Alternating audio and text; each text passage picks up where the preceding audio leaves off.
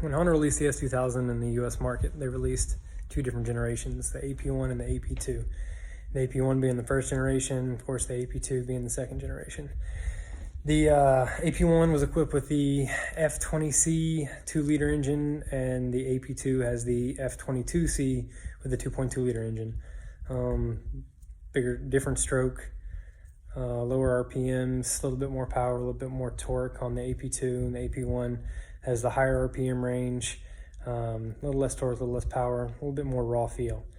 Internally, they're pretty much the same, but the AP2 does have a couple upgrades, including the oil squirters. So if you have a high revving engine, I definitely suggest you go ahead and make that upgrade. I'm doing it right now. I checked over my engine. I did a leak down test. Phenomenal numbers, but I decided to replace everything on it. Yeah, and the last thing I got to do is the oil jets. So if you've never seen them, they're really tiny. This is an oil jet for an AP1. If I can move my daggone glove. Just a little bolt. See the holes there? It only has 2 of them. I don't know if I can get both of them in the picture. One on this side, and then if I flip it around, there's one on that side. Where the AP2 oil squirters have 2 holes.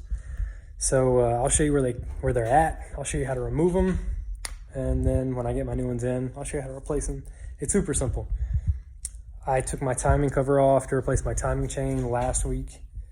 Since it's already off, I had to drop the oil pan, of course, remove the timing cover. And I just started looking under there, and I was like, while I'm down here, why not check the oil squirters? So I'm gonna flip you around and show you where they're at, show you how to remove them. After you remove your oil pan, this is what it looks like. This is your S2000 oil pump right here. That's the pickup. Here's the oil pump up front. That's the pickup for it. It's got a little screen in there. You wanna make sure that's clean, make sure there's no metal shavings in there. And then this is your baffle. So it's got bolts all through there. I already took mine out. They're 10 millimeter. It's hard to do with one hand. So after you remove that baffle there, if you look down in the cylinder, that is where your oil squirter goes, right there. And then that is your oil jet, of course. I have not removed this one here. I don't know if I can get a good picture on it. The crank's in the way, so I'm gonna rotate that a little bit.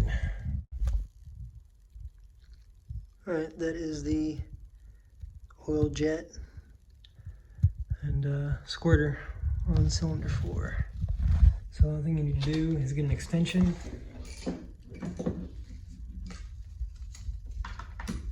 10mm socket.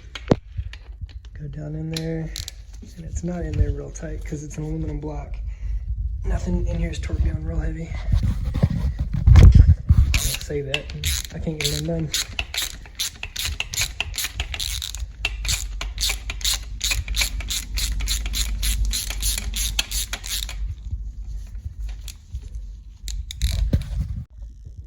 All right, 10mm bolt is loosened. I just take my magnet. And I'm gonna pull that out. And then I get the squirter. Pull it out. Too easy. The hardest part is getting the 1 and 2 because you have to move the oil pump, but not a big deal. So for your reference, this is the part number for the AP2 oil bolts. And then just so you can see the difference, AP1, 2 holes, AP2, 4 holes. So if you're boosted, especially plan on doing a lot of high revving, I suggest you replace your oil bolts here. So that right there is the cylinder 3 oil squirter hole.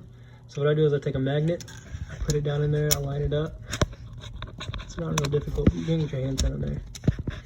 And after it's lined up like that, and you can see it, I do the same thing with a bolt.